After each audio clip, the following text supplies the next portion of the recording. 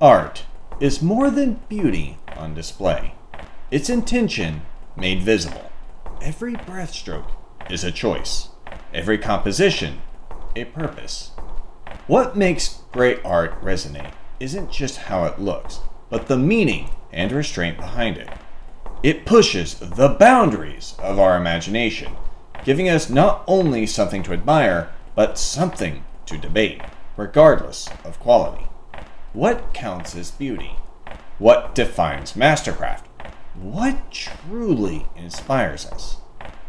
And that's why Clair Obscur Expedition 33 is so fascinating. A bold attempt to create a masterpiece, but one trapped in its own frame. There isn't much to say about the story of Expedition 33. We have a tragic beginning and a profound conclusion, but little to discuss in between.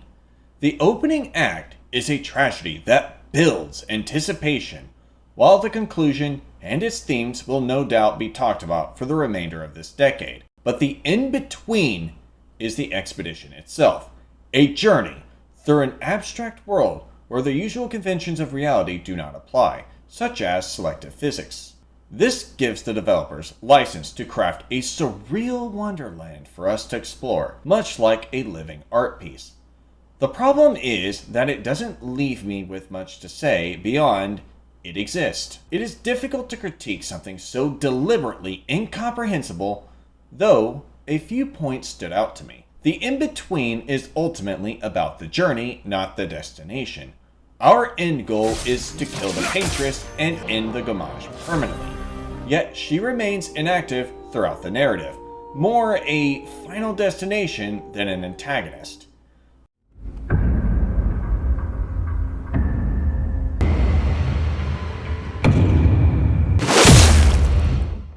By contrast, Renor plays a more active role in obstructing the expedition, though his appearances are limited and seemingly occur in isolation, almost on his own terms. Our female lead, Maëlle, is framed as the key to everything, with her true significance only revealed at the climax. I envy them. Those who can't see. Those who know not. The Gestals are otherworldly beings who aid the expedition with trade and shelter, while the Neverons are a hostile construct designed to stop the expedition and drain their chroma, a term loosely understood as magic, chi, or life essence. Gestals and Neverons both oppose each other for reasons never directly explained. Trying to attach logic to this illogical world before the conclusion will only drive you mad. It leaves little room for traditional narrative critique, which is why the journey matters more than the destination. If you can accept that, you'll enjoy the abstract story. If not, you may find it hollow. Needless to say, I enjoyed the story for what it was, an abstract journey. So, wait. SGA is that powerful? Apparently so, but also lazy. Alright, let's go. However, there are a few things I'd like to critique, starting with the game's use of profound terminology, such as Gamage, fracture, and chroma, without providing the player with proper context for what they actually mean. What does Gamage mean? I think it refers to people vanishing into petals. Monoko, what was life like before the fracture? What does fracture mean? I assume it's the apocalyptic event that occurred 67 years ago, which created the abstract continent we're on now and forced humanity to flee elsewhere. Chroma is flowing. Ice shatter. What does chroma mean? Magic, chi, life essence? I'm not sure. I just know the Neverons want it. Do you see the problem? I can only guess at these meanings while the characters speak as if the terms already carry context I should understand. That lack of clarity becomes especially distracting during major story events such as the first Gamage in New Lumiere. When the scene played out, I was completely lost as to what was happening. Was it a dream, an illustration, or was it real? With people actually dying. I didn't know until the transition to Nightfall, when Gustav and the other expeditioneers were shown in a state of grief. It's a shame because the build-up to that moment was excellent, but the execution left me bewildered instead of enthralled. The problem lies in the player not having any direct context for what gommage means. Yes, before the actual event, Mael hints at it twice when speaking to Gustav, but only as passing remarks, giving us very little to go on. If I had to mention a counterexample, I'd point to the term Neveron. What does that mean? I could give you several definitions. The enemy. Constructs created by the painters to fight expeditioneers. Why? Because our very first direct encounter tells us everything before the word is even spoken. That immediate, tangible context allows us to naturally associate Neveron as hostile. By contrast, terms like Gestal are easily understood as NPC, traitor, or at least friendly, but otherworldly. In short, direct experience anchors meaning while secondhand experience leaves us adrift. That's why for the longest time I had very little understanding of what gommage actually meant. A minor fix could have been a brief 30-second exposition before the opening sequence to contextualize the fracture and gommage, setting the stakes without diminishing the story's sense of mystery. I understand the writers were trying to tease a mystery by leaving a trail of breadcrumbs, but without any grounding in the world we just entered, the audience is forced to juggle multiple possible interpretations of the tragedy as it unfolds. Instead of processing the intended emotional weight, we're left in a state of confusion, a problem that persists until the game's conclusion. In spite of this shortcoming, I wouldn't change a thing. A minor exposition is all the story needs to contextualize some of its profound terminology. We have a great story as is if we're willing to accept the journey over the destination.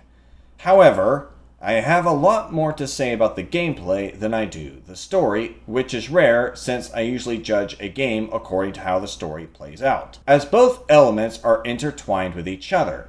In the case of the game in particular, it seems to suffer from what I've dubbed a modernity crisis, where the developers often overcompensate with unnecessary mechanics. In every category of gameplay, the developers try to reinvent in some way. Hence, I've decided to separate my criticisms into these 4 grievances. Allow me to explain. If I had to guess which battle mechanics this RPG takes inspiration from, which one would it be? Mario RPG? Maybe. Legend of Dragoon seems closer, but not quite. Considering how many multi-attacks even random enemies have and the graphical stylization, my guess is on Dark Souls. The two games share a similar graphic design when it comes to lighting, and even more in combat since both require tight timing to negate damage through either parrying or dodging. Moreover, both games are brutally punishing when it comes to failed inputs. In Expedition 33's case, the over-reliance on timed mechanics creates additional problems where a failed input often leads to a party member quickly being KO'd from an enemy's frequent multi-hit attacks. So what? Just don't get hit, right? Remember their attack patterns and keep your HP full. Well, if only it were that easy. The thing to understand is that the reason timed mechanics worked so well in the Mario RPG franchise is that those games provide fluid frame animations with carefully shot camera angles, allowing for smooth reads on enemy movements and making evasion more intuitive. Timing attacks in Expedition 33 runs into 2 problems. First, the camera constantly zooms in and out during combat, making it harder to time attacks and forcing the player to work within a margin of error.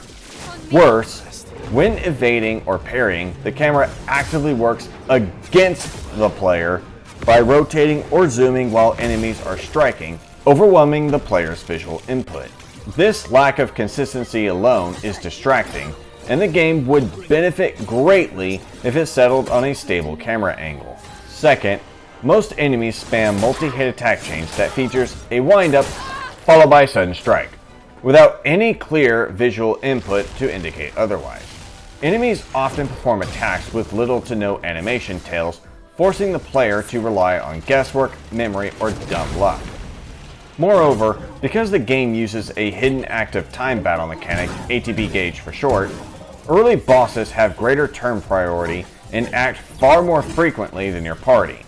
This gives the player fewer opportunities to recover from failed inputs. As a result, agility becomes the most important stat to increase for every party member, both offensively and defensively, to offset this advantage enemies hold. One additional odd mechanic is that when fleeing encounters, every surviving party member must consume one turn in order for the entire party to escape. This means that having a single slow party member leads to the others taking unnecessary damage, dragging out encounters until the Pictos Act First ability is obtained, which finally bypasses the issue. On a final note, I can't for the life of me figure out why the game even has a final stand option where there are only 5 party members. Once your main party falls, the remaining 2 characters are thrown into battle, but by that point, they're usually outnumbered, underleveled, poorly equipped, and thus completely outmatched. 9 times out of 10, the enemy makes short work of them, turning the whole mechanic into a frustrating waste of time.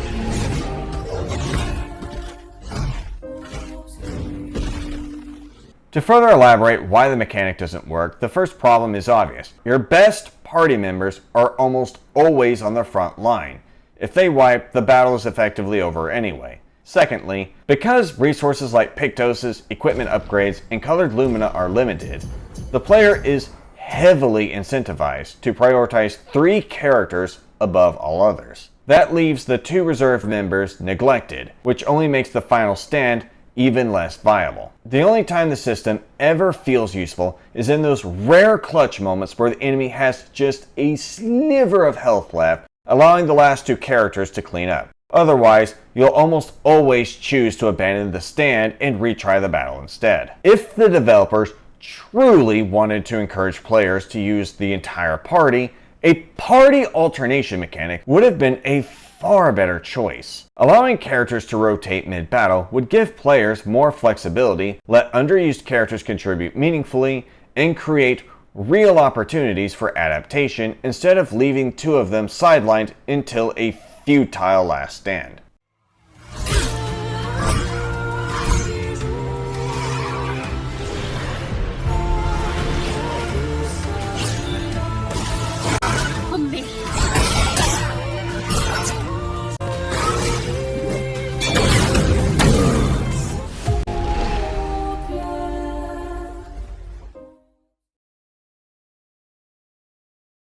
Exploration struggles with issues of its own. The maps are often difficult to navigate, largely due to their sprawling, open designs with multiple branching pathways. With everything rendered in abstract forms, very few landmarks stand out, and the fixed third-person perspective makes larger environments disorienting. I frequently found myself turned around, running in circles, instead of making meaningful progress. Lighting compounds this frustration. Some areas are far too bright, others too dark, forcing constant adjustments to the settings just to see clearly. What's frustrating is that all of this could be easily solved with a simple minimap that updates as you explore, allowing smoother navigation and reducing the tedium of backtracking. And before anyone says, "But it's an expedition into the unknown," there wouldn't be. Here's the rebuttal. Most expeditions historically brought cartographers along for that exact reason. Why shouldn't a member of Expedition 33 fulfill the same role? Treasure discovery is another baffling design choice. Instead of recognizable containers like chests, crates, or boxes, the game opts for faint ground glows that are easy to miss. Sure, ruins and rubble fit the setting, but there's a reason RPGs traditionally use chests. They're an instantly understood signal to the player. Even a weathered supply box or a military crate would preserve immersion while remaining functional. As it stands, I often found myself second-guessing the environment, wasting time retracing steps to check for faint glimmers. Despite its title, Expedition 33 doesn't encourage exploration. Optional areas almost always gatekeep players with overleveled enemies or brutal super bosses that will quickly obliterate your party. A prime example comes right after recruiting Minoko, when you're asked to retrieve special ore from Frozen Hearts Mountain. On paper, it's a simple fetch quest. In practice, enemies are double your level, and the zone contains 2 optional bosses that each get multiple turns capable of one-shotting party members. Worse, boss encounters can't be fled, meaning you're often dumped unceremoniously at a expedition failed screen, waiting to reload your last save. The only real incentive to explore these areas is to obtain high-level Pictoses, which inflate stats enough to trivialize story bosses, but not enough to overcome the optional monstrosities standing in your way.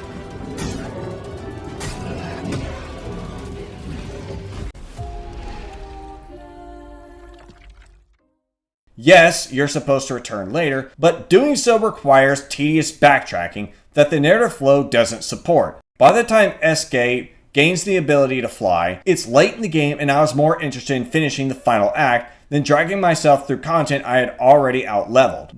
But, for argument's sake, what will I have to look forward to when I explore this post-game area? Not leaving her.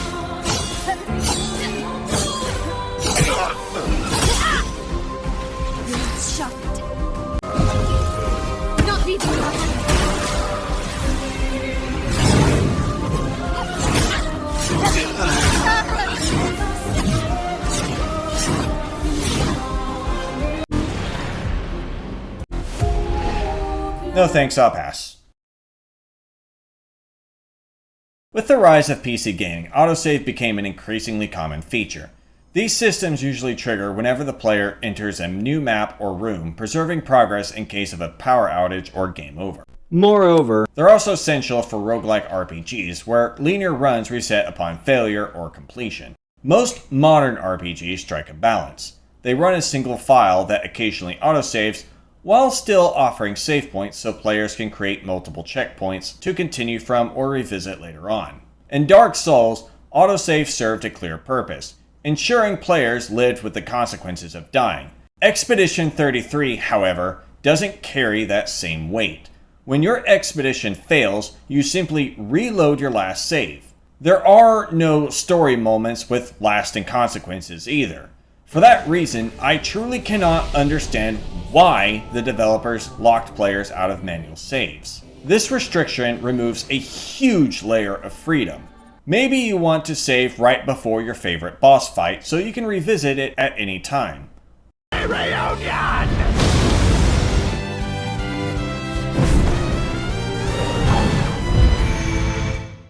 Or you'd rather create a checkpoint before investing a large quantity of colored lumina on a character, just in case you change your mind. Or maybe you'd like to save right after the prologue, so you can skip the tutorial on your next playthrough.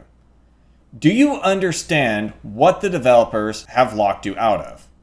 You no longer have the freedom to determine which parts of the expedition you wish to checkpoint. To further add insult, the game only allows a finite number of autosaves, so past a certain point, you're no longer able to return. This is a complex problem. Why does the game's musical OSTs feel so unmemorable in spite of how good it actually is? The thing to understand about RPG soundtracks is that they're usually written in rhythmic loops. Initially, during the era of the NES, the developers wanted to save time and money, but the repetition is what made them memorable. Many classic RPG themes stuck with us not because they were technically complex, but because they reused familiar instruments, melodies, and verses. For reference, think of a Super Nintendo game you played and how many of those tracks you can recall even now. The best OSTs are often the ones that forever captures a moment. A battle theme that makes your pulse race. A simple overworld tune that plays as you wander. Or a sad melody tied to a tragic scene.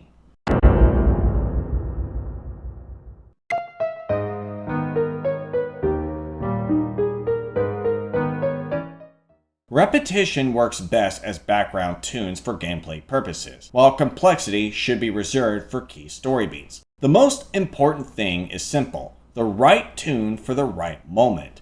Otherwise, you end up with a collection of unremarkable tracks regardless of their quality. Where Expedition 33 falters is by overcompensating. Many of its tracks are full songs with intros, outros, and multiple verses, far too complex for me to recall afterwards. The problem is made worse by how often the soundtrack changes. Each area swaps in a new battle theme to match the location instead of settling on one strong, recognizable motif. The same goes for boss fights. Each boss has a unique theme, even though most aren't tied to the story in a meaningful way. Alright, let's get rid of it. The rock should be nearby. They're just single encounters to act as temporary obstacles. In cases like these, a reoccurring boss theme would have worked better, saving unique tracks for a major story antagonist. Renor's theme, for example, is effective because it reflects his weight as the central antagonist.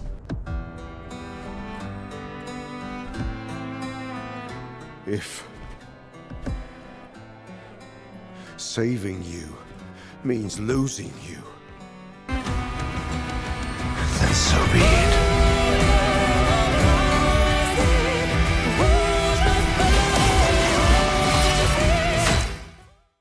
One exception I'll give is Serene's theme, because her entire dungeon, character, and soundtrack are tied together, making her battle feel cohesive and memorable. To be clear, I'm not condemning the game's OST.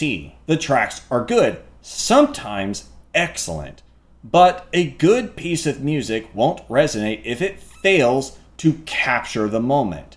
You don't need the best OST, you need the right OST. Otherwise, the songs overshadow each other and none of them stick. Here's a quick experiment. Search Expedition 33 OST on YouTube. Scroll through the list and see if you can find the track that captured a moment for you. Having trouble? That's the problem. The list is massive, but without any recognizable names or reoccurring motifs, even I had to dig to rediscover the few that stood out to me. Renor's boss theme, Serene the dancing axon, and the manor. Perhaps now it's clear what I mean when I say the game overcompensates. In the end, Clair Obscur Expedition 33 is an artistic triumph, shackled by poor design. A story beautifully directed, yet contained within a game so eager to reinvent the genre that it sometimes loses sight of function. Its success owes much to a striking marketing concept, and while critics and fans may praise it now, the real question is how time will remember it, and, more importantly, how the developers will build on the momentum they've gained. The game may be an abstract mess in places, but it still managed to resonate with many of its players. That resonance gives the developers room to grow, whether in a sequel or an entirely new project. A game doesn't need to be flawless, it simply needs to connect deeply enough to inspire continued investment. The challenge now is whether the team will settle into comfort or refine their vision to create something truly timeless. I know. There are fallacies in my critique that some of you have likely noticed. If so, I applaud you, for that means you're invested in my work. Understand that my critique is a search for universal truth, an attempt to see another perspective so that I, myself, may attain self-mastery in my own art. Through critiquing Clair Obscur Expedition 33, I've come to a realization. An art piece is worth 1,000 words because it inspires us to say something.